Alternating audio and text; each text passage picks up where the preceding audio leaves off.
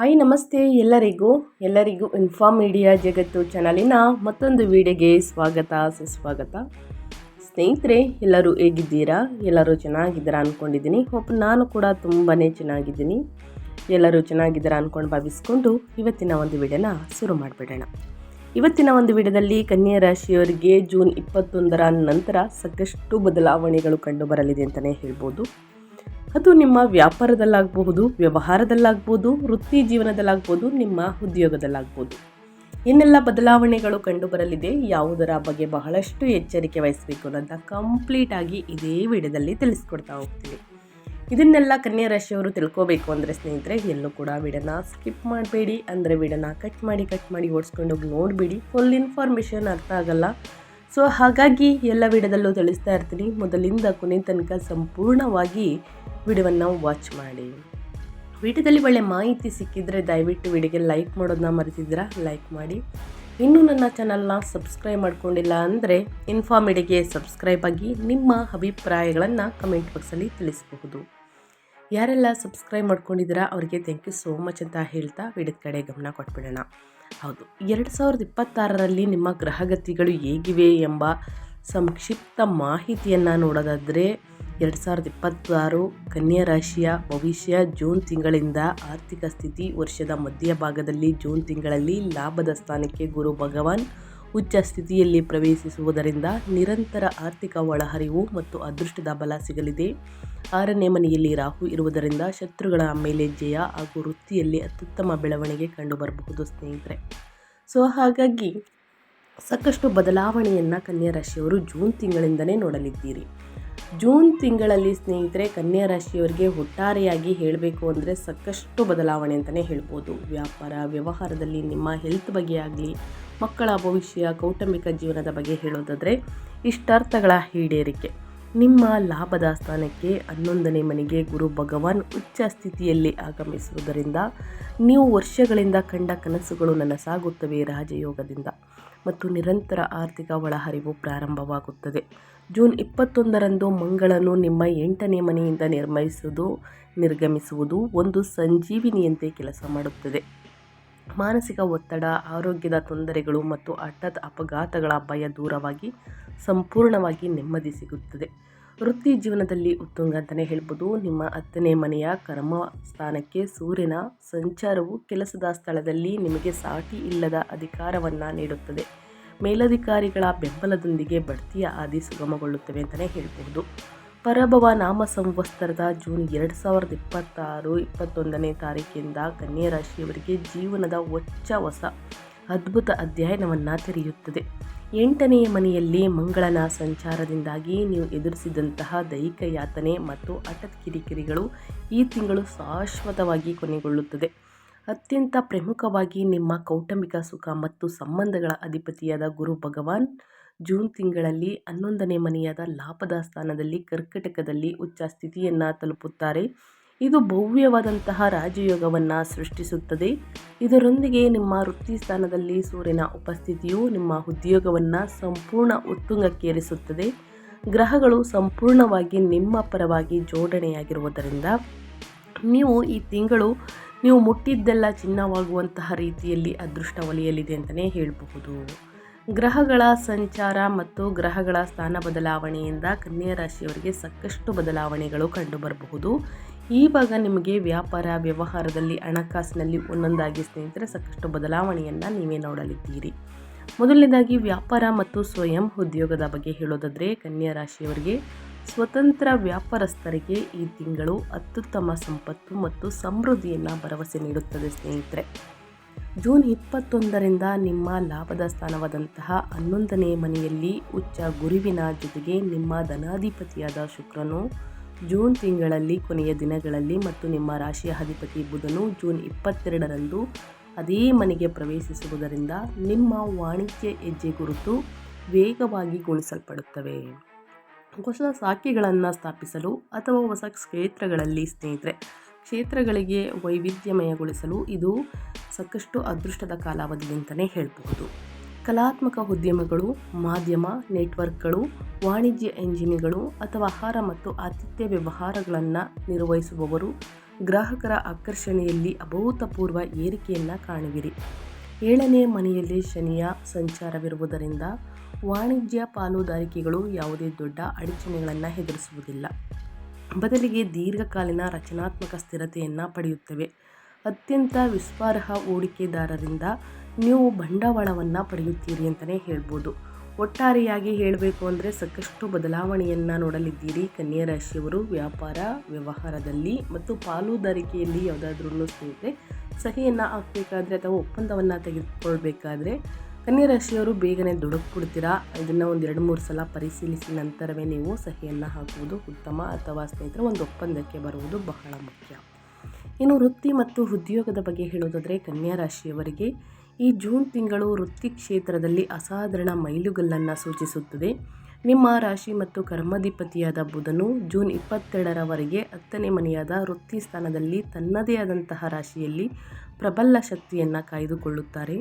ಈ ಅದ್ಭುತ ಗ್ರಹಗತಿಗೆ ಪೂರಕವಾಗಿ ಜೂನ್ 18ರ ನಂತರನೇ ಸೂರ್ಯನು ಸಹ ನಿಮ್ಮ 10ನೇ ಮನೆಗೆ ಪ್ರವೇಶಿಸುತ್ತಾರೆ. ಇದು ನಿಮ್ಮ ವೃತ್ತಿ ಜೀವನವನ್ನು ರಾಕೆಟ್ನ ವೇಗದಲ್ಲಿ ಮುಂದಕ್ಕೆ ಕೊಂಡೊಯ್ಯುತ್ತದೆ. ಕೆಲಸದ ಸ್ಥಳದಲ್ಲಿ ಸಂಪೂರ್ಣ ಕಾರ್ಯಾಚರಣೆಯು ನಿಮ್ಮ ನೇರ ಆಜ್ಞೆಯ ಅಡಿಯಲ್ಲಿ ನಡೆಯುತ್ತದೆ ಮತ್ತು ನಿಮ್ಮ ನಾಯಕತ್ವದ ಗುಣಗಳಿಂದ ಮೇಲಧಿಕಾರಿಗಳು ಹೆಚ್ಚು ಪ್ರಭಾವಿತರಾಗುತ್ತಾರೆ. ಸಾರ್ವಜನಿಕ ಇಲಾಖೆಗಳಲ್ಲಿ ಅಥವಾ ಕಾರ್ಪೊರೇಟ್ ನಾಯಕತ್ವದ ಪಾತ್ರಗಳಲ್ಲಿ ಕಾರ್ಯನಿರ್ವಹಿಸುತ್ತಿರುವವರು ಅಚಲವಾದ ಪ್ರತಿಷ್ಠೆ ಮತ್ತು ಕಾರ್ಯನಿರ್ವಾಹಕ ಅಧಿಕಾರವನ್ನು ಪಡೆಯಲಿದ್ದಾರೆ. 11ನೇ ಮನೆಯಾದ ಲಾಭದ ಸ್ಥಾನದಲ್ಲಿರುವಂತಹ ಉಚ್ಚ ಗುರುವಿನ ಕೃಪೆಯು ನೀವು ಆಡಳಿತಾತ್ಮಕ ಮೇಲಧಿಕಾರಿಗಳ ಸಂಪೂರ್ಣ ಬೆಂಬಲವನ್ನು ಆನಂದಿಸುವಿರಿ. ದೀರ್ಘಕಾಲದಿಂದ ಬಾಕಿ ಉಳಿದಿರುವ ಯಾವುದೇ ಬಡ್ತಿ ಅಥವಾ ಕಾರ್ಪೊರೇಟ್ ಪ್ರಗತಿಗಳು ಈ ತಿಂಗಳು ಯಶಸ್ವಿಯಾಗಿ ಕೈಗೂಡುತ್ತವೆ ಅಂತಲೇ ಹೇಳ್ಬೋದು. ಒಟ್ಟಾರೆಯಾಗಿ ಹೇಳಬೇಕು ಅಂದರೆ ಸ್ನೇಹಿತರೆ ನಿಮ್ಮ ಉದ್ಯೋಗದಲ್ಲಿ ನಿಮ್ಮ ಜಾಬ್ ಮತ್ತು ವೃತ್ತಿ ಜೀವನದಲ್ಲಿ ಸಾಕಷ್ಟು ಬದಲಾವಣೆಯನ್ನು ವರ್ಷದ ಮಧ್ಯಭಾಗದಿಂದ ಅಂದರೆ ಜೂನ್ ಕೊನೆಯ ದಿನಗಳಿಂದ ಸಾಕಷ್ಟು ಬದಲಾವಣೆಯನ್ನು ಕನ್ಯಾ ರಾಶಿಯವರು ನೋಡಲಿದ್ದೀರಿ ಅಂತಲೇ ಹೇಳ್ಬೋದು ಸ್ನೇಹಿತರೆ. ಇನ್ನು ಹಣಕಾಸಿನ ಸ್ಥಿತಿ, ಆರ್ಥಿಕ ಸ್ಥಿತಿ ಮತ್ತು ಸಂಪತ್ತಿನ ಬಗ್ಗೆ ಹೇಳೋದಾದರೆ ಲಾಭ ಇದೆಯಾ, ನಷ್ಟ ಇದೆಯಾ, ಏನೆಲ್ಲ ಖರೀದಿ ಮಾಡುವಂತಹ ಯೋಗ ಇದೆ ಅನ್ನೋದನ್ನ ನೋಡೋದಾದರೆ ಕನ್ಯಾ ರಾಶಿಯವರಿಗೆ ಆರ್ಥಿಕ ಸ್ಥಿರತೆ, ಭೌತಿಕ ಸಮೃದ್ಧಿಯು ಈ ತಿಂಗಳು ಪ್ರಮುಖ ಅಂಶಗಳಾಗಿವೆ. ನಿಮ್ಮ 11ನೇ ಮನೆಯಲ್ಲಿ ರೂಪುಗೊಳ್ಳುತ್ತಿರುವಂತಹ ಸ್ನೇಹಿತರೆ ಭವ್ಯವಾದಂತಹ ಗ್ರಹಗಳ ಸಂಯೋಜನೆ ಗುರು, ಶುಕ್ರ ಮತ್ತು ಬುಧ ಸಂಪತ್ತಿನ ಅಸಾಧಾರಣ ಮೂಲಗಳನ್ನು ತೆರೆಯುತ್ತದೆ. ರಿಯಲ್ ಎಸ್ಟೇಟ್ ಅಥವಾ ಇತರ ಬಂಡವಾಳಗಳಲ್ಲಿ ನೀವು ಹಿಂದೆ ಮಾಡಿದ ಹೂಡಿಕೆಗಳು ಈಗ ಲಾಭದಾಯಕ ಆದಾಯವನ್ನು ನೀಡುತ್ತವೆ. ದೀರ್ಘಕಾಲದಿಂದ ಸಿಲುಕಿಕೊಂಡಿದ್ದಂತಹ ಆರ್ಥಿಕ ಬಾಕಿಗಳನ್ನು ಯಶಸ್ವಿಯಾಗಿ ವಸೂಲಿ ಮಾಡಲಾಗುವುದು. ಜೂನ್ 21ರವರೆಗೆ ಸೂರ್ಯನು ನಿಮ್ಮ 9ನೇ ಮನೆಯಲ್ಲಿರುವುದರಿಂದ ಪೂರ್ವಜರ ಆಸ್ತಿಗಳ ಮೂಲಕ ಅಥವಾ ಸರ್ಕಾರದಿಂದ ಮಂಜೂರಾದಂತಹ ಕೆಲಸಗಳು ಮೂಲಕ ಆರ್ಥಿಕವಾಗಿ ಲಾಭ ಪಡೆಯಲಿದ್ದೀರಿ. ನಿಮ್ಮ ವೈಯಕ್ತಿಕ ಸೌಕರ್ಯವನ್ನು ಹೆಚ್ಚಿಸಲು ಮನೆಗಾಗಿ ಐಷಾರಾಮಿ ಜೀವನ ಶೈಲಿಯ ವಸ್ತುಗಳ ಮೇಲೆ ನೀವು ಸಂತೋಷದಿಂದ ಹೂಡಿಕೆ ಮಾಡುತ್ತೀರಿ. ಇದು ಒಳಿತು ಅಂತಲೇ ಹೇಳ್ಬೋದು. ಅನಗತ್ಯ ಖರ್ಚುಗಳನ್ನು ಬಿಡಿ, ಆದಷ್ಟು ಆನ್ಲೈನ್ ಶಾಪಿಂಗನ್ನು ಮಾಡುವುದನ್ನು ಬಿಡಿ. ಮುಂದಿನ ದಿನಗಳಲ್ಲಿ ಅದು ಯೂಸ್ ಆಗುತ್ತೆ ಅಂದರೆ ಖಂಡಿತವಾಗಿಯೂ ಖರೀದಿ ಮಾಡಿ. ಇದರಿಂದ ಸಂತೋಷವನ್ನು ನೋಡ್ತೀನಿ ಅಂತಂದರೆ ಖಂಡಿತವಾಗಿಯೂ ಖರ್ಚು ಮಾಡಿ ಸ್ನೇಹಿತರೆ. ಇನ್ನು ಅದೇ ರೀತಿ ಕನ್ಯಾ ರಾಶಿಯವರ ಹೆಲ್ತ್ ಬಗ್ಗೆ ಹೇಳೋದಾದರೆ ಆರೋಗ್ಯದಲ್ಲಿ ಸಾಕಷ್ಟು ಬದಲಾವಣೆಯನ್ನು ನೋಡಲಿದ್ದೀರಿ. ಮೊದಲನೇದಾಗಿ ನಿಮ್ಮ ಹೆಲ್ತ್ ಬಗ್ಗೆನೇ ತಿಳಿಸಬೇಕಿತ್ತು. ಇತ್ತೀಚಿನ ದಿನಗಳಲ್ಲಿ ನಿಮ್ಮನ್ನು ಕಾಡುತ್ತಿದ್ದಂತಹ ದಿನನಿತ್ಯದ ಆರೋಗ್ಯದ ಆತಂಕಗಳು ಜೂನ್ 21ರಂದು ಮಂಗಳನು ನಿಮ್ಮ 8ನೇ ಮನೆಯಿಂದ ನಿರ್ಗಮಿಸಿದಾಗ ಸಂಪೂರ್ಣವಾಗಿ ದೂರವಾಗುತ್ತವೆ. ವಾಹನ ಚಾಲನೆಯ ಭಯ ಏನೋ ಅಪಘಾತ ಆಗಿಬಿಡುತ್ತೆ, ಸಣ್ಣ ಪುಟ್ಟ ಗಾಯಗಳಾಗ್ಬಿಡುತ್ತೆ. ಈ ಥರ ನಿಮ್ಮ ಭಯ, ನಿರ್ಭಯ, ಆತಂಕ, ಕೋಪದಲ್ಲಿನ ಹಠಾತ್ ಏರಿಕೆ ಮತ್ತು ಒಟ್ಟಿಗೆ ಸಂಬಂಧಿಸಿದ ಅಸ್ವಸ್ಥತೆಗಳು ತಿಂಗಳ ಅಂತ್ಯದ ವೇಳೆಗೆ ಸಂಪೂರ್ಣವಾಗಿ ಮರೆಯಾಗುತ್ತವೆ. ಸೊ ಹಾಗಾಗಿ ಕನ್ಯಾ ರಾಶಿಯವರು ತಪ್ಪದೆ ದೇವರ ಧ್ಯಾನವನ್ನು ಮಾಡಬೇಕಾಗುತ್ತದೆ. ಅಂದರೆ ಮೆಡಿಟೇಷನ್ ಮಾಡಿ ಸ್ನೇಹಿತರೆ, ಖಂಡಿತವಾಗಿಯೂ ನಿಮ್ಮ ಭಯ, ಆತಂಕವೆಲ್ಲವೂ ನಿವಾರಣೆಯಾಗಲಿದೆ.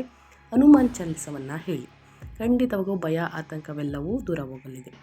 ಲಾಭದ ಸ್ಥಾನದಲ್ಲಿರುವಂತಹ ಉಚ್ಚ ಗುರುವು ನಿಮ್ಮ 3ನೇ ಮನೆ ಮತ್ತು 5ನೇ ಮನೆ ಮತ್ತು 7ನೇ ಮನೆಗಳ ಮೇಲೆ ತನ್ನ ಶುಭದೃಷ್ಟಿಯನ್ನು ಬೀರುವುದರಿಂದ ನಿಮ್ಮ ಪ್ರಮುಖ ಶಕ್ತಿಯು ಪ್ರಬಲವಾದ ಉತ್ತೇಜನವನ್ನು ಪಡೆಯುತ್ತದೆ. ನವೀಕೃತ ಮಾನಸಿಕ ಉತ್ಸಾಹದೊಂದಿಗೆ ನಿಮ್ಮ ಕಣ್ಣುಗಳಲ್ಲಿ ರೋಮಾಂಚಕ ಹೊಳಪು ಪ್ರಕಟವಾಗುತ್ತವೆ. ಜೂನ್ 21ರವರೆಗೆ ಮಾತ್ರ ಚಾಲನೆ ಮಾಡುವಾಗ ಅಥವಾ ವಿದ್ಯುತ್ ಉಪಕರಣಗಳನ್ನು ನಿರ್ವಹಿಸುವಾಗ ಸಾಮಾನ್ಯ ಎಚ್ಚರಿಕೆಯನ್ನು ಸ್ನೇಹಿತರೆ ಅಭ್ಯಾಸವನ್ನು ಮಾಡಿ.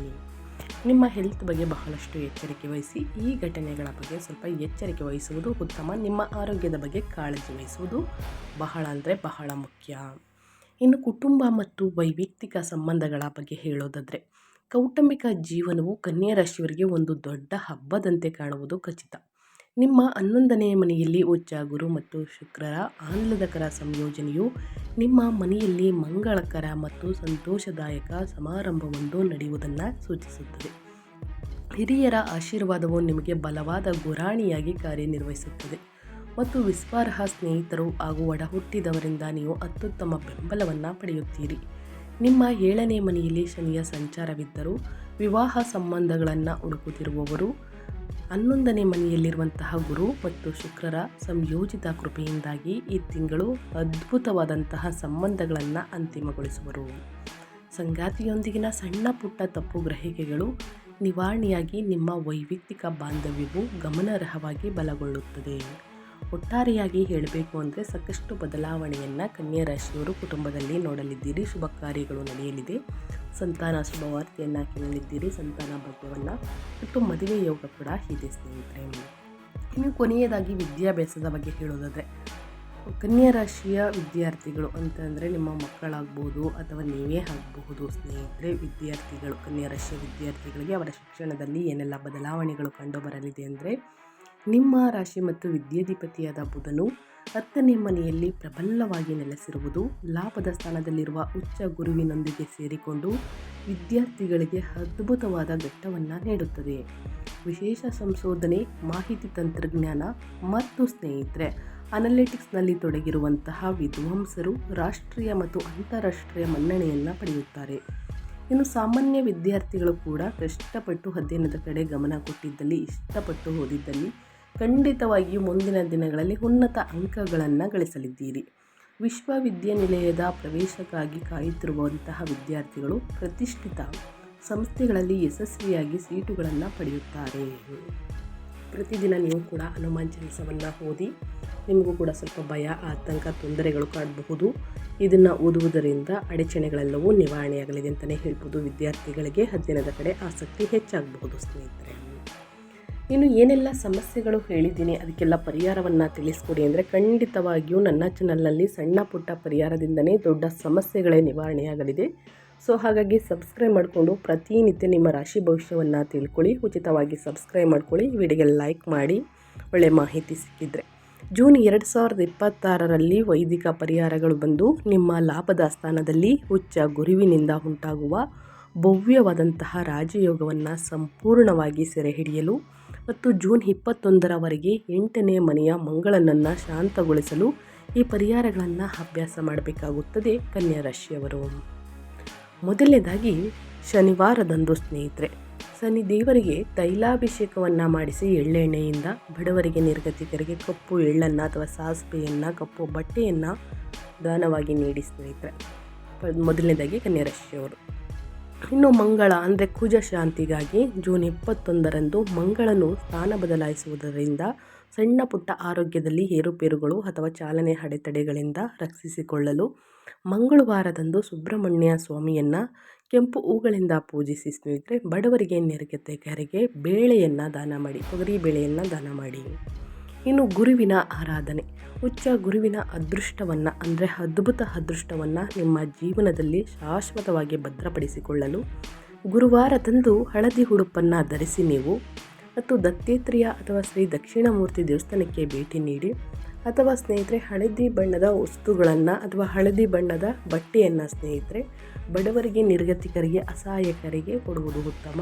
ಇನ್ನು ಬ್ರಾಹ್ಮಣರಿಗೂ ಕೂಡ ಕೊಡಬಹುದು ಸ್ನೇಹಿತರೆ. ತಪ್ಪದೆ ಈ ಸಹಾಯವನ್ನು ಮಾಡಿ. ಇನ್ನು ವಿಷ್ಣು ಸಹಸ್ರನಾಮ ಸ್ತೋತ್ರ ನಿಮ್ಮ ರಾಶಿಯ ಅಧಿಪತಿಯಾಗಿರುವಂತಹ ಬುಧನ ಶಕ್ತಿಯನ್ನು ಹೆಚ್ಚಿಸಲು ಮತ್ತು ನಿಮ್ಮ ವೃತ್ತಿ ಜೀವನದ ಉತ್ತುಂಗಕ್ಕೇರಿಸಲು ಬುಧವಾರದಂದು ನಿಯಮಿತವಾಗಿ ವಿಷ್ಣು ಸಹಸ್ರನಾಮ ಸ್ತೋತ್ರವನ್ನು ಪಠಿಸಿ ಸ್ನೇಹಿತರೆ. ದುರ್ಗಾದೇವಿಯ ಮಂತ್ರವನ್ನು ಹೇಳುವುದು ಕೂಡ ಬಹಳ ಮುಖ್ಯ. ಈ ಸಣ್ಣ ಪುಟ್ಟ ಪರಿಹಾರಗಳನ್ನು ಕನ್ಯಾ ರಾಶಿಯವರು ಮಾಡಿ. ಕನ್ಯಾ ರಾಶಿಯವರು ಒಂದು 3 ಕ್ವೆಶ್ಚನ್ ಕೇಳಿದ್ದೀರಾ. ಗುರುವಿನ ಸಂಚಾರವು ಜೂನ್ 2026ರಲ್ಲಿ ಕನ್ಯಾ ರಾಶಿಯವರಿಗೆ ಯಾವ ರೀತಿಯ ಅದೃಷ್ಟವನ್ನು ತರಲಿದೆ? ವೃತ್ತಿ ಜೀವನದಲ್ಲಿ, ವ್ಯಾಪಾರ ವ್ಯವಹಾರದಲ್ಲಿ, ನಿಮ್ಮ ಉದ್ಯೋಗದಲ್ಲಿ ದುಪ್ಪಟ್ಟು ಲಾಭವನ್ನು ನೋಡಲಿದ್ದೀರಿ. ಅನಗತ್ಯ ಖರ್ಚುಗಳನ್ನು ಬಿಡಿ. ಈ ತಿಂಗಳು ಕನ್ಯಾ ರಾಶಿಯವರ ವೃತ್ತಿ ಮತ್ತು ಉದ್ಯೋಗದಲ್ಲಿ ಯಾವ ಬದಲಾವಣೆಗಳು ನಿರೀಕ್ಷಿಸಬಹುದು ಅಂತಂದರೆ ಅದ್ಭುತವಾಗಿದೆ ಸ್ನೇಹಿತರೆ. ವೃತ್ತಿ ಜೀವನ ಮತ್ತು ಉದ್ಯೋಗದಲ್ಲಿ 8ನೇ ಮನೆಯ ಮಂಗಳನಿಂದ ಉಂಟಾಗಿದ್ದ ಆರೋಗ್ಯ ಸಮಸ್ಯೆಗಳಿಂದ ಕನ್ಯಾ ರಾಶಿಯವರಿಗೆ ಯಾವಾಗ ಪರಿಹಾರ ಸಿಗಲಿದೆ ಅಂದರೆ ಖಂಡಿತವಾಗಿ ಜೂನ್ ತಿಂಗಳು ಕಳೀಲಿ, ಆನಂತರ ಪರಿಹಾರ ಸಿಗಲಿದೆ. ಸೊ ಪರಿಹಾರವನ್ನು ತಿಳಿಸ್ಕೊಟ್ಟಿದ್ದೀನಿ. ಆದಷ್ಟು ಸಣ್ಣ ಪುಟ್ಟವಾಗಿರುತ್ತದೆ ಈ ಪರಿಹಾರ, ಮನೆಯಲ್ಲೇ ಮಾಡಬಹುದು, ತಪ್ಪದೇ ಮಾಡಿ ಸ್ನೇಹಿತರೆ. ಕನ್ಯಾ ರಾಶಿಯವರಿಗೆ ಒಳ್ಳೆ ಮಾಹಿತಿ ಸಿಕ್ಕಿದೆ ಅನ್ಕೋತೀನಿ. ಇವತ್ತಿನ ಒಂದು ವಿಡಿಯೋ ಇದಾಗಿರುತ್ತೆ. ವಿಡಿಯೋದಲ್ಲಿ ಒಳ್ಳೆ ಮಾಹಿತಿ ಸಿಕ್ಕಿದರೆ ದಯವಿಟ್ಟು ವಿಡಿಯೋಗೆ ಮೊದಲನೇದಾಗಿ ಲೈಕ್ ಮಾಡಿ. ಇನ್ನೂ ನನ್ನ ಚಾನಲ್ನ ಸಬ್ಸ್ಕ್ರೈಬ್ ಮಾಡ್ಕೊಂಡಿಲ್ಲ ಅಂದರೆ ಇನ್ಫಾ ಮೀಡಿಯಾಗೆ ಸಬ್ಸ್ಕ್ರೈಬ್ ಆಗಿ ನಿಮ್ಮ ಅಭಿಪ್ರಾಯವನ್ನು ಕಮೆಂಟ್ ಬಾಕ್ಸಲ್ಲಿ ತಿಳಿಸಿ. ಓಂ ಹಾಂ ಹನುಮತಿ ನಮಃ ಎಂಬ ಕಮೆಂಟ್ ಹಾಕಿ ಸ್ನೇಹಿತರೆ. ಹನುಮಂತನ ಅನುಗ್ರಹದಿಂದ ಕಷ್ಟಗಳು, ಸಮಸ್ಯೆಗಳು, ಅಡಚಣೆಗಳು ಏನೇ ಇದ್ದರೂ ಕೂಡ ಕನ್ಯಾ ರಾಶಿಯವರಿಗೆ ಸಂಪೂರ್ಣವಾಗಿ ನಿವಾರಣೆಯಾಗಲಿ ಅಂತ ಹೇಳ್ತಾ ನಿಮಗೂ ಮತ್ತು ನಿಮ್ಮ ಕುಟುಂಬಕ್ಕೆ ತುಂಬಾ ಒಳ್ಳೆಯದಾಗಲಿ. ಮತ್ತೊಂದು ವಿಡಿಯೋ ಜೊತೆ ಮತ್ತೊಂದು ಹೊಸ ಭವಿಷ್ಯದಲ್ಲಿ ಸಿಗ್ತೀನಿ. Thank you for watching.